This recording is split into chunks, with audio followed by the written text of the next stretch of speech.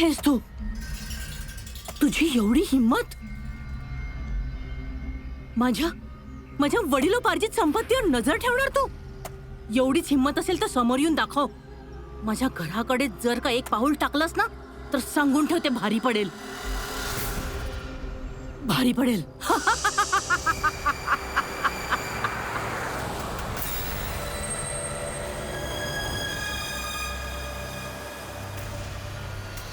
अरे इकडे तर कोणीच दिसत नाहीये. कुणाला विचारू? एवढं घनदाट जंगल आहे इथे. एखादा साईनबोर्ड पण दिसत नाहीये.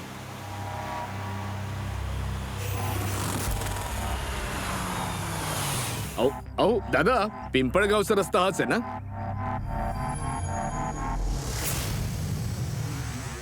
अहो ऐका ना दादा. अरे काय विचित्र माणूस आहे.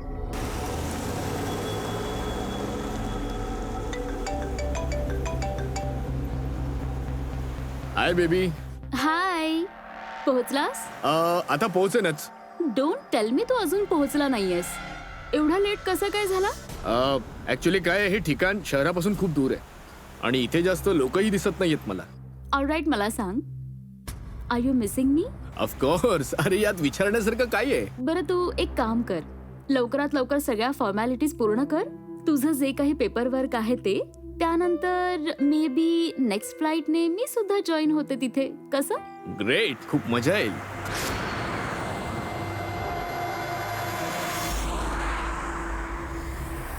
बरं डार्लिंग, मला वाटतंय की मी पोहोचलो इथे. ते घर दिसतंय मला.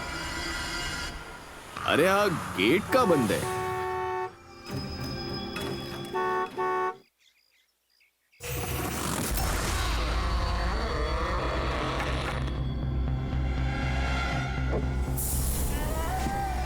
बोला. राय रणजितच्या घरी जायचंय तुला? हो. नको जाऊ, नको जाऊ. ती तुझ्या आयुष्यातली सगळ्यात मोठी चूक असेल. नको जाऊ, नको जाऊ. पण तुम्ही कोण आहात? मी तुझा मृत्यू, तुझा मृत्यू.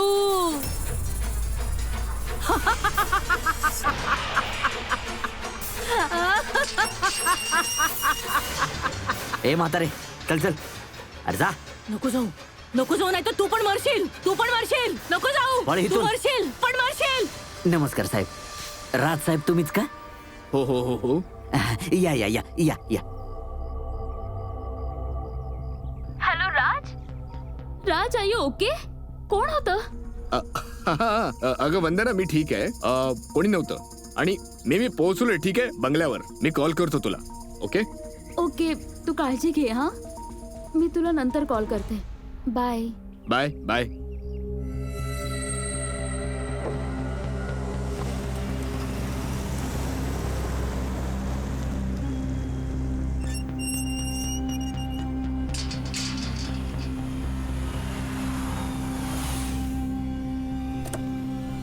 या ना साहेब.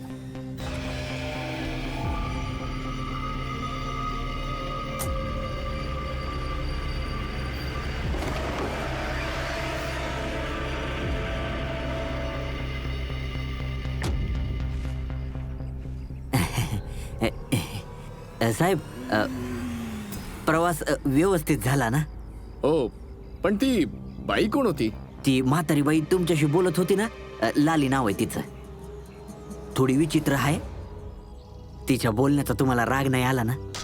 नाही, राग नाही आला, पण मला एक गोष्ट समजली नाही की त्या बाईने मला इथे येण्यापासून अडवलं का? जाऊ द्या ना साहेब, तिच्याकडे कुठे लक्ष देता?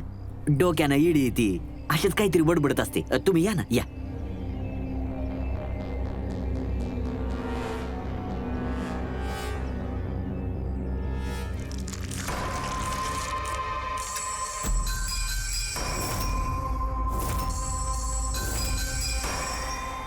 हा माणूस तुम्हाला रस्त्यामध्ये भेटला होता? त्याचं नाव कमल आहे. इथला माळी आहे. माळी?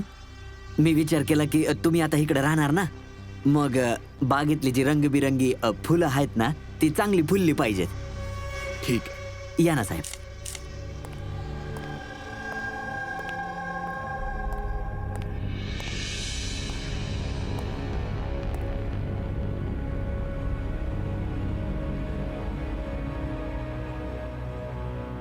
काका, मला एक सांगा, बोला. इथे किती वर्षांपासून काम करताय? बघा साहेब, असं समजा की मी लहानपणी चालायला इकडूच शिकलो आणि आता या घरातून तेव्हा जाईन जेव्हा माझी तिरडी उठेल.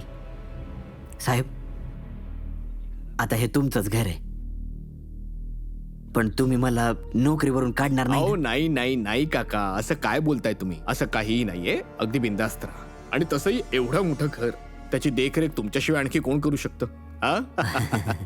साहेब, खरंच तुम्ही देवासारखे आहात बरं का. या ना.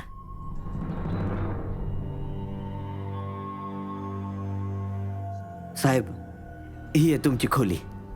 बाथरूम त्या बाजूला आहे. तुम्ही आवरून घ्या, तोपर्यंत मी तुमच्या जेवणाची व्यवस्था करतो. ठीक आहे. आलोच साहेब.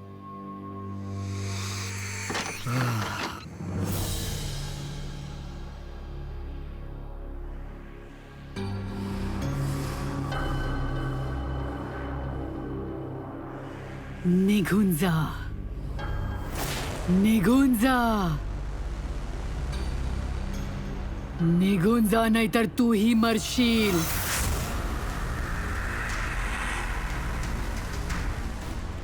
कोण आहे?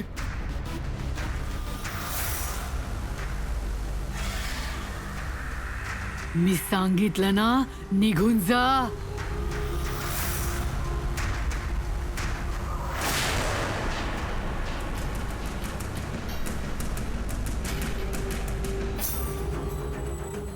कोण आहे?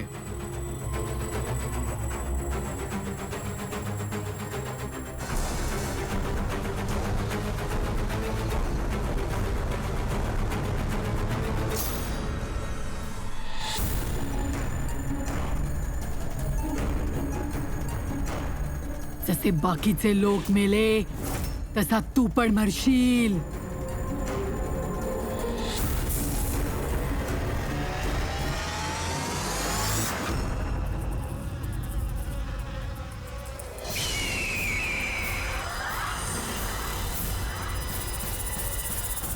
कोण आहे?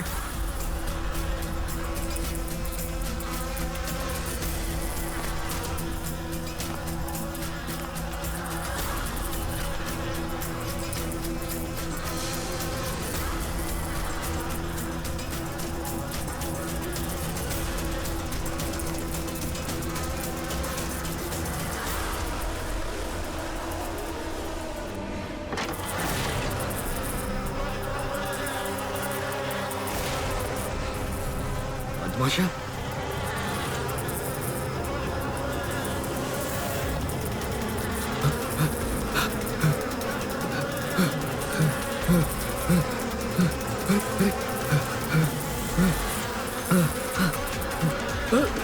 वाचवा! अरे वाचवा! वाचवा! वाचवा! वाचवा!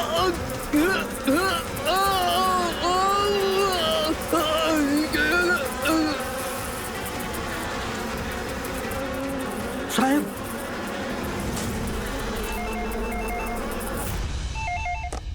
हॅलो. हॅलो सर, मी एसीपी प्रद्युम्न सरांशी बोलू शकते का? हो, जरा शांत व्हा. कोण बोलताय तुम्ही? मी कोण बोलतेय, माझं काय काम आहे, सगळं त्यांनाच सांगेन. तुम्ही प्लीज त्यांच्याशी माझं बोलणं करून द्याल का? एक मिनिट होल्ड करा. सर. हा, सर, फोन कॉल आहे. सर, एक बाई आहे, तर अडतायत आणि फक्त त्यांना तुमच्याशीच बोलायचंय. हॅलो. Hello, ACP Pradyuman. हो, मी एसीपी प्रद्युम्न बोलतोय. हा, बोला. सर, मी वंदना बोलते अमेरिकेतून. हा, बोला. सर, माझ्यासोबत खूप वाईट झालंय सर. काय झालंय तुमच्या सोबत? सर, माझे होणारे पती राज भारतात गेले होते जुनं घर खरेदी करायला. सर, पण तिथे मधमाशा चावल्या आणि त्यांचा जीव गेला. काय? अच्छा, पण मला सांगा, मी काय करू शकतो तुमच्यासाठी? सर, मला वाटते की त्यांचा मृत्यू मधमाशांच्या चावण्यामुळे नाही झालाय. इनफॅक्ट त्यांचा खून झालाय. कोणीतरी मारलाय.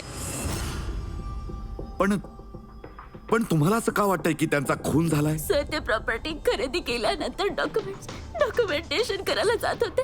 तेव्हा तेव्हा काय झालं? सर तेव्हा मी स्वतःच्या कानांनी ऐकलं, राजला एक बाई धमकी देत होती. कोण कोण होती ती बाई? माहित नाही, मला नाही व्हायचं. मला एक सांगा, तुमच्या होणाऱ्या नवऱ्याचं इकडे भारतात कोणाशी काही वैर होतं का, किंवा एखादं भांडण झालं होतं? नाही सर, राजचं कुणाशी कसलंच भांडण नव्हतं किंवा दुश्मनीही नव्हती. इनफॅक्ट राज तर भारतामध्ये कोणाला ओळखतही नव्हता. तर मग कोण करू शकतं हे? असं कसं कोण मारू शकतं राजला? तुम्हाला कोणावर संशय आहे का? नाही सर, कुणावरही संशय नाहीये. सर राज तर चांगलं काम करायला जात होते ना. कोणतं काम? He wanted to start an orphanage. एक अनाथ आश्रम सुरू करायचं होतं त्यांना. खरंच चांगलं काम होतं, पण कोणाकडून खरेदी करणार होते ते घर? घर तर त्यांनी आधीच विकत घेतलं होतं सरकारकडून लिलावानंतर. ते फक्त भारतात खरेदी खत करायला गेले होते. बरं, एक काम करा, त्यांचे सगळे डिटेल्स मला पाठवून द्या. मी तुम्हाला पूर्णपणे मदत करेन, ठीक आहे? सर मी CID बद्दल खूप ऐकलंय सर. सर मला पण न्याय मिळेल ना? हे बघा वंदना, मी तुम्हाला खात्रीने सांगतो, तुम्हाला पूर्णपणे न्याय मिळवून देऊ आम्ही. आणि ज्याने कोणी तुमच्या राज बरोबर असं वाईट केलंय त्याला जेलमध्ये टाकू. वंदना, तिचा होणारा नवरा राज अमेरिकेतून भारतात येतो, घर खरेदी करायला, अनाथाश्रम सुरू करायला, आणि राजचा मृत्यू होतो मधमाशा चावल्यामुळे. गडबड आहे.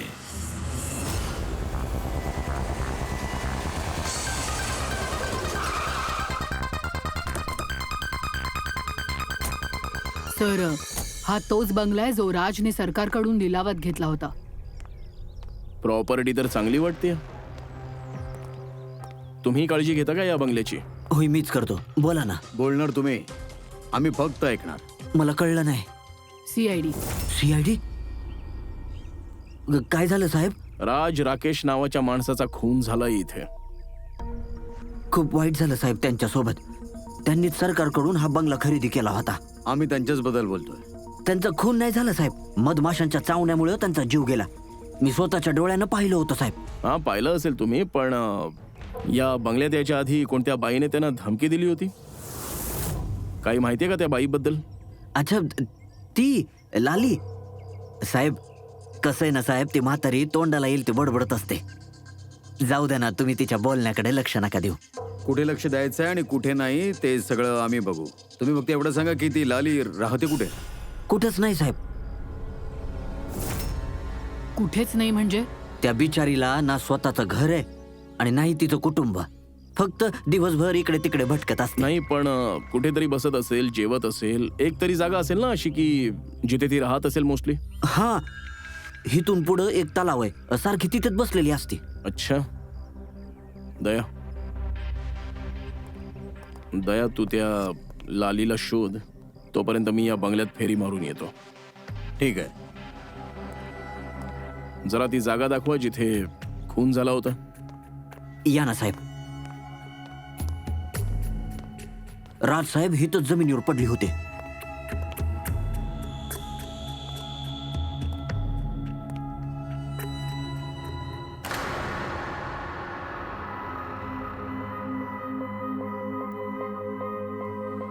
आधी मधमाशांनी राजसाहेबांना मारलं आणि मग स्वतः पण मेल्या. हे मधमाशांचे हल्ले इथे नेहमी होतात का? नाही साहेब, याआधी तर मी एक मधमाशी पण बघितली नव्हती इकडं. माहित नाही राजसाहेबांच्या मागे एवढ्या साऱ्या मधमाशा अचानक कुठून आल्या. राय रणजितच्या बंगल्याकडून येत आहे ना तुम्ही?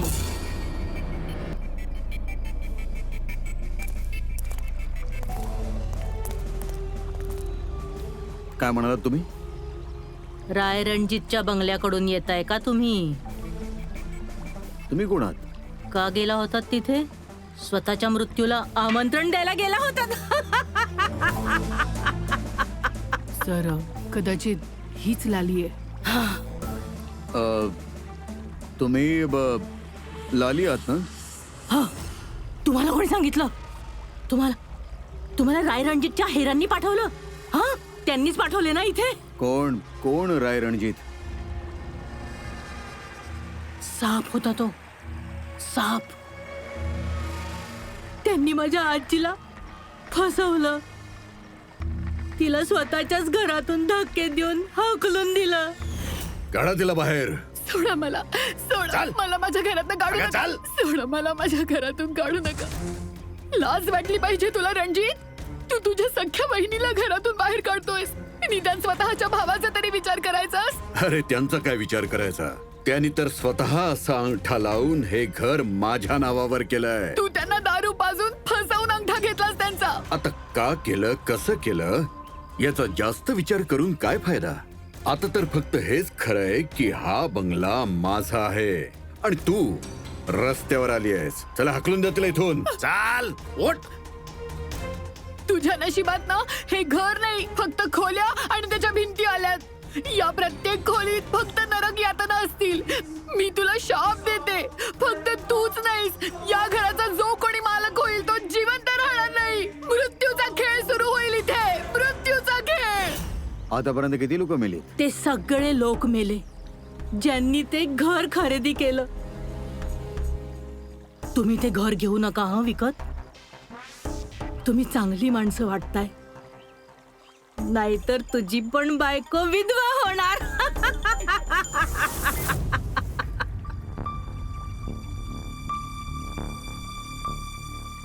मावशी, हे काही पैसे आहेत, ठेवा तुमच्याकडे.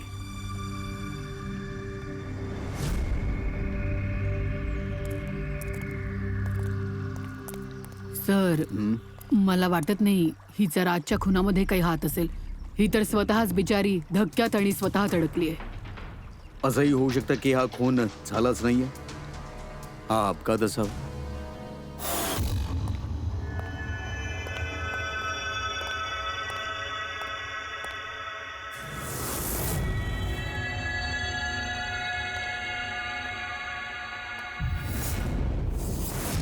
अरे ही खोली उघडी कशी काय? ही तर बंद होती.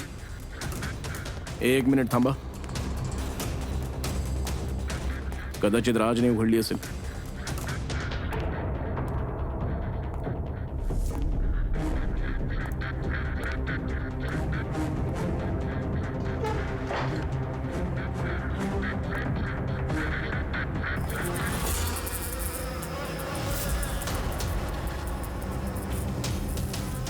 हे मधमाशांचं पोळ तर आहे इथे.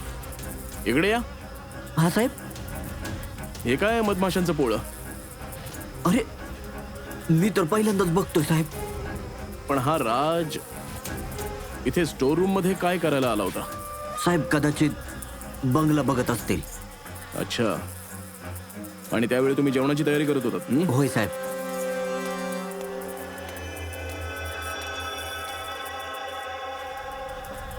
तो कोण आहे? तो कमल आहे साहेब. माळी काम करतो. राज साहेबांच्या बाबतीत जे काही झालं तेव्हा हा होता इथे? होता ना साहेब. कमल इथे ये. साहेब बोलवत आहेत. बोला साहेब. कमल, जेव्हा राजसाहेबांची जी घटना घडली तेव्हा आजूबाजूला अनोळखी कोणाला पाहिलं होतंस तू? एखादी विचित्र घटना वगैरे? नाही साहेब. मग हे मधाचं पोळं जे इथे आहे, तुला काम करताना भीती नाही वाटत? मधमाशांनी तुझ्यावर हल्ला नाही केला आधी? नाही साहेब, मधमाशा तर तेव्हाच चावणार ना जेव्हा इथं मधाचं पोळं असेल. याआधी तर मी हे पोळं कधी पाहिलंच नाही साहेब. काय सांगतोयस? होय साहेब. मी तुम्हाला बोललो होतो ना, याआधी आम्ही या घरात एकही मधमाशी नव्हती बघितली. कमाल आहे. मग या मधमाशा आल्या कुठून? आणि मधमाशा राजलाच का चावल्या? हे तर कोणी एक्सपर्टच सांगू शकेल. बोल साळुंखे, काही कळलं का राजच्या मृत्यूबद्दल? त्याचा जीव कसा गेला? बॉस, याचा जीव मधमाशांमुळेच गेलाय. म्हणजे तुला पूर्ण विश्वास आहे राजचा मृत्यू मधमाशांच्या चावण्यामुळेच झालाय? हो बॉस, डॉक्टरने जे रिपोर्ट्स बनवलेत मी ते सुद्धा बघितले. या राजचं व्यवस्थित चेकअप सुद्धा केलं.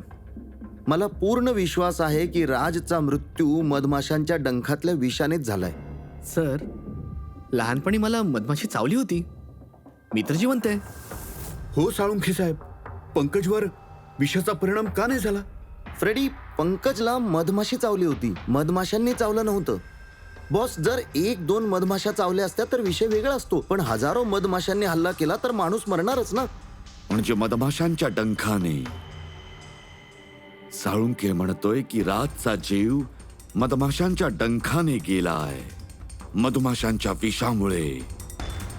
आणि राजची होणारी बायको म्हणते की राजचा खून झालाय.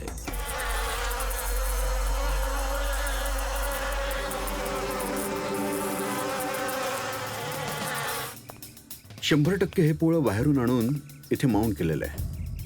मधमाशांचं पोळं एका ठिकाणाहून दुसऱ्या ठिकाणी आणून लावता येतं, इतकं सोपं आहे ते? इतकं कठीणही नाही. मधाच्या व्यापारामध्ये नेहमी असं केलं जातं. तुम्ही सांगू शकता की किती दिवस आधी हे मधाचं पोळ इथे आणलं गेलं? खूप दिवस नाही, जास्तीत जास्त 2-3 दिवस. सर, जर आपण मान्य केलं की खुन्याने पोळं इथं यासाठी लावलं होतं की तो राजला मारू शकेल, पण त्याला कसं कळलं की या मधमाशा फक्त राजवरच हल्ला करतील, दुसऱ्या कुणावर नाही? मधमाशा कारणाशिवाय हल्ला करत नाहीत, कारण डंख मारल्यानंतर त्या स्वतः सुद्धा मरून जातात. तर मग अशी कोणती गोष्ट आहे जी त्यांना उत्तेजित करते हल्ला करण्यासाठी? हे बघा, जेव्हा त्यांना असं वाटतं की समोरच्या माणसाकडनं त्यांना धोका आहे. अच्छा केदार साहेब, असं होऊ शकतं का की मधमाशांना ट्रेनिंग दिलं जाऊ शकतं एकाच माणसावर हल्ला करायला? अहो, काय बोलताय अभिजित सर? या मधमाशा शार्प शूटर तर नाहीयेत की कुणी यांना सांगावं की अमुक अमुक माणसावर तुम्ही हल्ला करा. साहेब, तुम्ही आता म्हणालात की मधमाशा दुसऱ्याला चावल्यानंतर ही स्वतः मरून जातात. तर मग अशी काय परिस्थिती येते की त्या कोणाला तरी चावतात? जरा सविस्तर सांगू शकाल का? मधमाशा जेव्हा पण कोणावर हल्ला करते तेव्हा फेरोमॉन नावाचा गंध बाहेर सोडते की ज्यामुळे बाकीच्या मधमाशा सावध होऊन सगळे मिळून त्यावर हल्ला करू शकतील. म्हणून मी सुरुवातीला सांगितलं होतं की मधमाशा विनाकारण कोणावरही हल्ला करत नाहीत. नक्कीच राजने मधमाशांच्या पोळ्यासोबत छेडछाड केली असेल. पण खुन्याला कसं कळलं सर की राज मधमाशांच्या पोळ्याशी छेडछाड करेल? कदाचित हा खून नसून अपघात असेल. नाही पूर्वी, राज यायच्या आधी 2 दिवस हे पोळं इथे ठेवणं आणि हा योगायोग तर असू शकत नाही. सर, राजच्या मृत्यूनंतर हे घर वंदनाच्या नावावर होईल. कदाचित यामागे वंदनाचा हात नाही ना? ही वंदना भारतात कधी येते? What nonsense. तुम्हाला तरी कळतंय का तुम्ही काय बोलताय? तुम्ही विचारच कसा करू शकता की राजच्या खुनामागे माझा हात आहे? आणि थांबवा हे सगळं. राजच्या खुनामागे माझा हात आहे म्हणे. मग मी तुम्हाला फोन का केला असता? पोलिसांनी तर आधीच केस क्लोज केली होती ना. हे बघा, आम्ही फक्त विचारतोय. आणि या घटनेनंतर हे घर कुणाच्या नावावर होणार आहे? मला नाही माहित. राजने सरकारकडून विकत घेतलं होतं. कदाचित सरकारकडेच परत जाईल. मला अजूनपर्यंत नोटीस नाही आली. मला सांगा की अलीकडे राजचं कुणाशी भांडण झालं होतं? मी याचं उत्तर आधीच दिलंय. राज खूप चांगला माणूस होता. त्याचं कुणाशी वैर असणं अगदी अशक्य आहे. जर मला माहित असतं की त्यांचा हा सरळपणाच त्यांचा जीव घेणार आहे तर मी त्यांना भारतात पाठवलंच नसतं. हे अनाथाश्रम सुरू करायचा विचार त्यांच्या मनात कसा काय आला? राज स्वतः अनाथ होते, म्हणून त्यांना दुसऱ्या अनाथ मुलांच्या भावना कळत होत्या. त्यांना अनाथ मुलांना घरचं वातावरण द्यायचं होतं. आणि जसं त्यांना समजलं की सरकार या घराचा लिलाव करणार आहे, मग राजने सगळ्यात वरची बोली लावून हे घर खरेदी केलं. म्हणजे राजच्या मृत्यूचं कारण हे घर तर नाहीये? आणखीन कोणीतरी या घरासाठी प्रयत्न करत होता? राज मध्ये आला आणि त्याचा... व्हॉट? कोणी एवढा नीचपणा कसं करू शकतो? या जगातून माणुसकीच संपून गेलीये. माणुसकी आहे वंदनाजी, माणुसकी आहे. पण काही लोक अशी आहेत जी माणुसकीला काळीमा फासायला सदैव तयार आहेत. हे शोधावं लागेल की कोणाकोणाला या प्रॉपर्टीमध्ये इंटरेस्ट होता. हे बघा सर, मी तुम्हाला नाही सांगू शकत की राज सरांव्यतिरिक्त आणखीन कोणी कोणी या लिलावात भाग घेतला होता. सॉरी. का नाही सांगू शकत? हे बघा सर, ही सरकारी माहिती आहे. असं कोणाला सांगण्याचा अधिकार नाही आमच्याकडे. आम्ही सुद्धा तर सरकारीच माणसं आहोत. हां, बरोबर आहे सर तुमचं म्हणणं. पण कसं आहे सर, जर सरकारी नोटीस मिळाली असती तर मी तुम्हाला देऊ शकलो असतो माहिती. त्याशिवाय नाही देऊ शकत सर. Sir, notice आणलीये. आता खुश आहात ना? कसं आहे ना की जर काम कायद्याने झालं की कसं बरं वाटतं. हां बरोबर आहे. थांबा सांगतो. हे घ्या सर. सगळे मिळून 12 लोक होते जे त्या घराला विकत घ्यायला इच्छुक होते सर. सर या बंगल्याच्या जवळच सरकार एक हायवे बनवते, त्यामुळे सगळे लोक मोठ्यात मोठी बोली लावतात आणि प्रत्येक जण त्या बंगल्याला विकत घेऊ इच्छितो. अच्छा, मला सांगा की राजच्या मृत्यूनंतर हे घर कोणाच्या नावे होणार? हे बघा सर, राज सरांचं त्यासाठीचं पेपरवर्क पूर्ण झालं नव्हतं, त्यामुळे आता लिलाव पुन्हा करावा लागणार आणि जो विजेता असणार त्याला हा बंगला मिळेल. अच्छा, पण हा नवीन लिलाव होणार कधी? कसं आहे ना सर, त्याची तारीख अजून ठरलेली नाहीये. पण तुम्हाला आणखीन एक गोष्ट सांगावीशी वाटते की राज सरांवर जितके काही बिल्डर्स होते ते सगळे नाराज होते, भडकलेले होते. कारण त्याने सर्वात मोठी बोली लावली होती. नाही सर, ॲक्च्युली त्यांनी डेडलाईनच्या नंतर त्यांचा अर्ज सबमिट केला होता, याच कारणाने ते लोक नाराज होते. हो, पण जर त्यांनी डेडलाईनच्या नंतर अर्ज भरला होता तर सरकारने अर्ज स्वीकार कसा केला? सर ॲक्च्युली ते तिथे अनाथ आश्रम सुरू करणार होते आणि अमेरिका आणि भारताच्या वेळेत जवळजवळ 9 तासांचं अंतर आहे सर, आणि म्हणूनच त्याचा अर्ज स्वीकार केला गेला.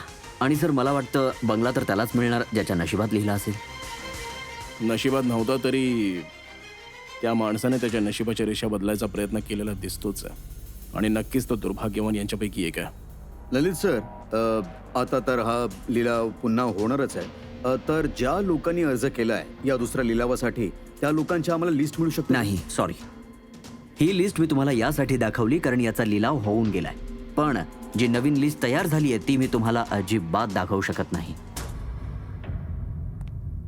अरे अरे अरे अरे साळुंखे, तू काय करतोस? काय तू काय ऐकलंय मी? हे जे ऐकलंय ते एकदम बरोबर ऐकलंय बॉस. काय ऐकलं? सोडून जातोस तू? हो. अरे का? काही नाही, माझी वेळ भरली आहे समज. काय वेळ भरली? 1 मिनिट, वेळ आहे ऑफिस सुटायला. अरे ही वेळ नाही रे. मग काय? हे बघ, प्रत्येक माणसाला कधी ना कधी रिटायर व्हावंच लागतं ना.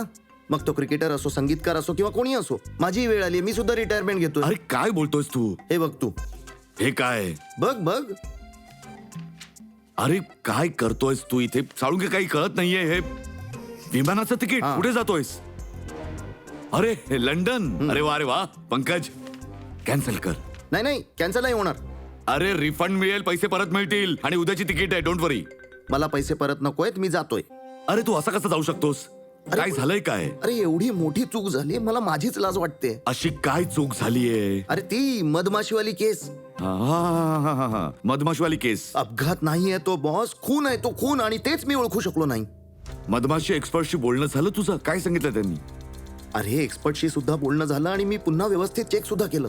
तेव्हा माझ्या लक्षात आलं की हा अपघात नसून एक खून आहे. अरे मधमाशाने तर तो हत्यार म्हणून वापर करतोय तो बॉस. साळुंखे साहेब, ते कसं? बघा, मधमाशा माणसांवर हल्ला कधी करतात? जेव्हा त्यांना फेरोमोनचा वास येतो तेव्हाच ना. हा, जेव्हा त्यांना माणसापासून धोका आहे असं वाटतं तेव्हा मधमाशा माणसावर हल्ला करतात, डंख मारतात. हीच तर चूक झाली माझ्याकडून. हा विचार सुद्धा केला नाही की फेरोमोन तर बनवलंही जाऊ शकतं ना. हो साळुंखे, फेरोमोन तर कृत्रिम पद्धतीने सुद्धा बनवलं जाऊ शकतं.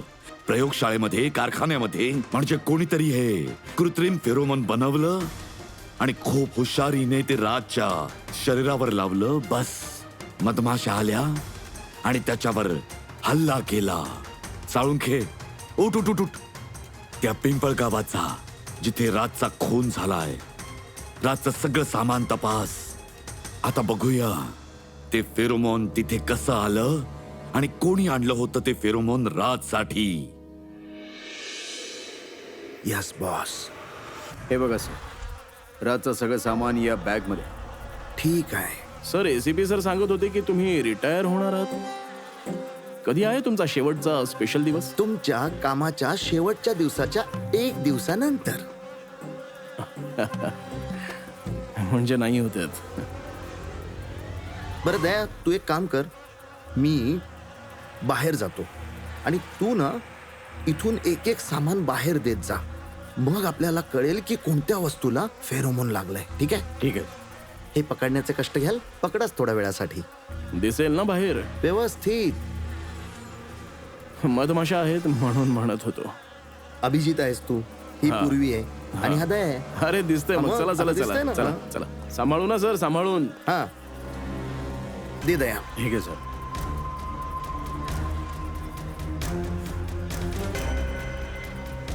नाही, याच्यात फेरोमन नाहीये. अहो सर सांभाळून. अरे काही नाही, ज्यात फेरोमोन असेल त्याच्यावरच हल्ला करतात.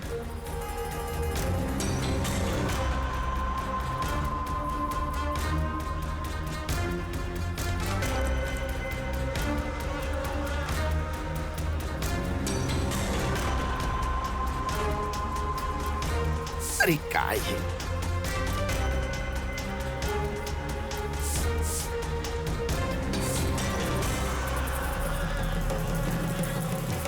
हालचाल झाली बघितलं. हल्ला करायला पुढे आल्या त्या मधमाशा बघा. सर कोणीतरी राजच्या परफ्यूम मध्ये फेरोमॉन मिसळलं होतं.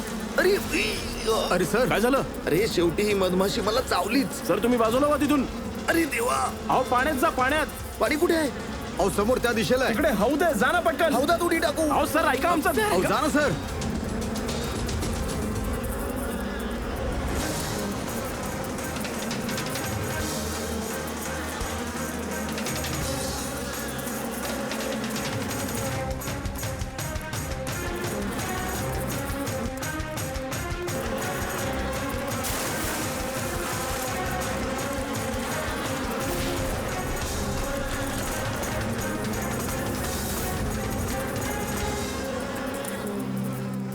आता ठीक आहे ना अरे सर? बाप रे, या मधमाशा तुम्हाला रिटायर व्हायला नाही देणार सर.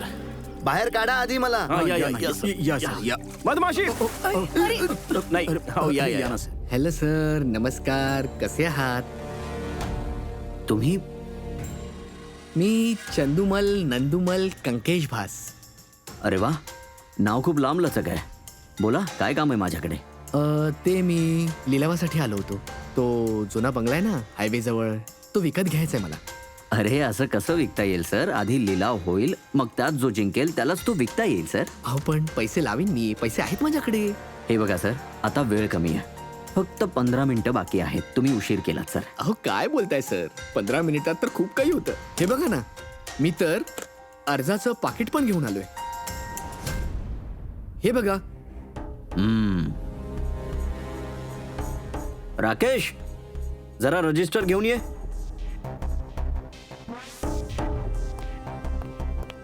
साहेबांना दे, एंट्री करा साहेब. हा, इथे एंट्री करा. ठीक आहे.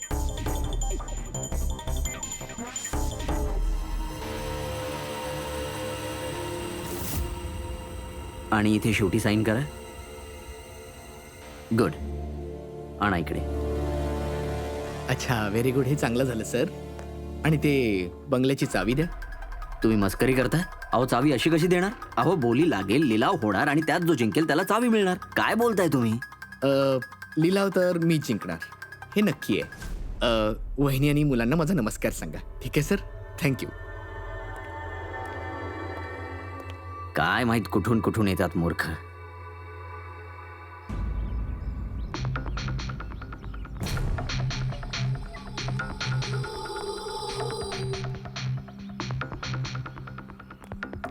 काय साहेब काम झालं? सर हे बघा, चंदुमल नंदुमल कंकेश बासची कमाल. क्या बात आहे पंकज. 12 पैकी 2 जण आहेत ज्याने दुसऱ्यांदा भाग घेतलाय तो बंगला विकत घेण्यासाठी. हेमंत आणि रोशन. म्हणजे खुनी या दोघांपैकीच एक असू शकतो.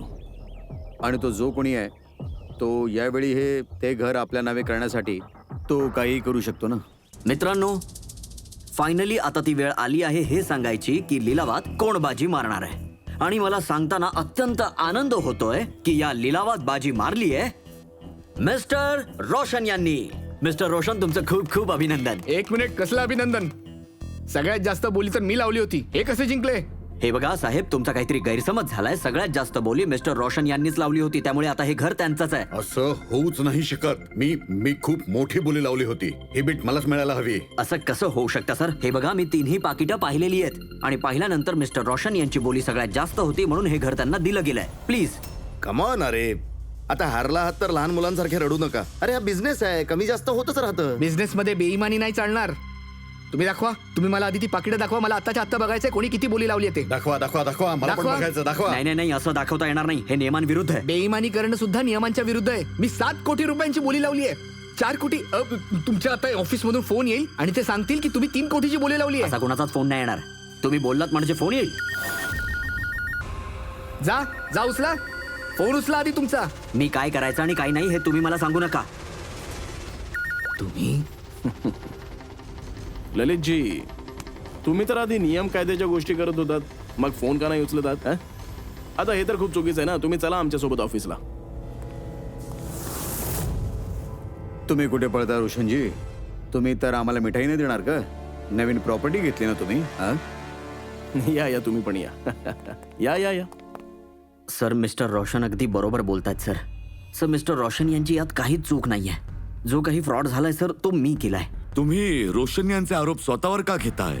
पोतं भरून पैसे चारलेत काय रोशनने तुम्हाला? आणखीन एक गोष्ट टाळक्यात ठेवा, हा पैसा आता वापरताही येणार नाहीये, कारण लगेच तुम्हाला फाशी होणार आहे.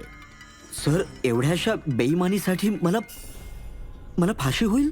नाही, बेईमानीसाठी नाही, खुनाच्या बदल्यात फाशी होणार. सर, कोणाचा खून सर? राज राकेशचा खून, ज्याने आधीच्या लिलावामध्ये ते घर खरेदी केले होतं. सर, पण मी कोणाला मारलं नाहीये सर. सर, मी खरंच नाही मारलंय कोणाला. माहितीये या रोशनने मारलंय, तर याच्याबद्दल जबानी देऊन टाक, नाहीतर याच्या पापाचं खापर तुझ्या डोक्यावर फुटेल.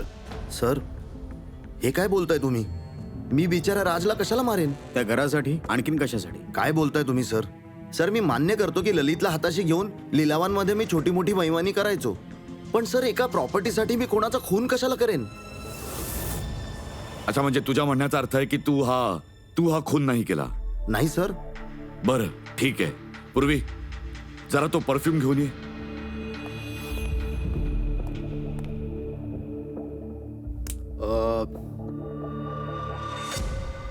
परफ्यूम शिंपडू का? हा, बाहेर मधमाशांचं पोळं पण आहे. का बोलतोस? सर, परफ्यूम तुमची मर्जी सर, पण आपल्या या केसची परफ्यूमचं काय देणं घेणं आहे सर?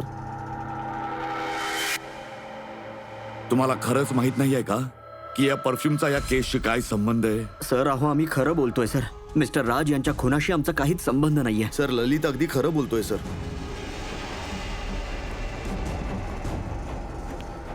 आता जर हा खून रोशनने केला नाहीये, तर मग आता एकच उरलाय, तोच एक.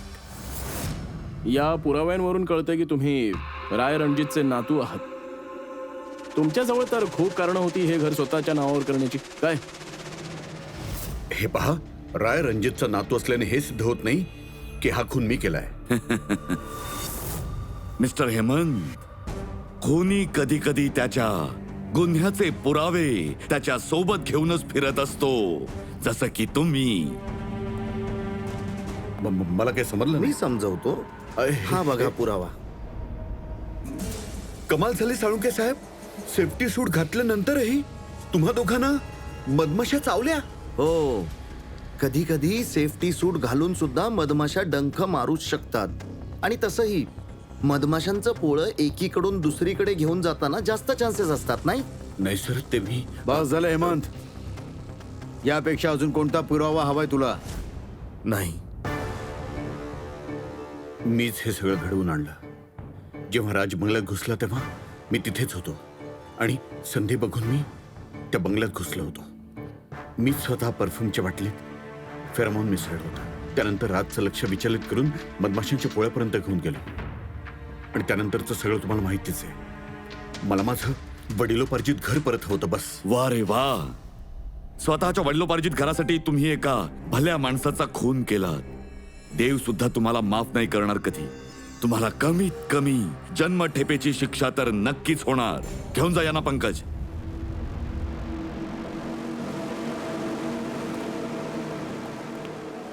साळुंखे, केस संपली. रिटायर्ड होऊ शकतोस तू. अरे, मला रिटायर व्हायचंच नाहीये. काल तर बोलत होतास की रिटायर्ड व्हायचंय. अरे, ती कालची गोष्ट होती.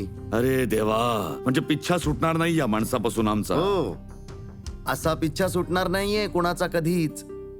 मला तुमच्याशिवाय करमत नाही आणि तुम्हाला माझ्याशिवाय करमणार नाही.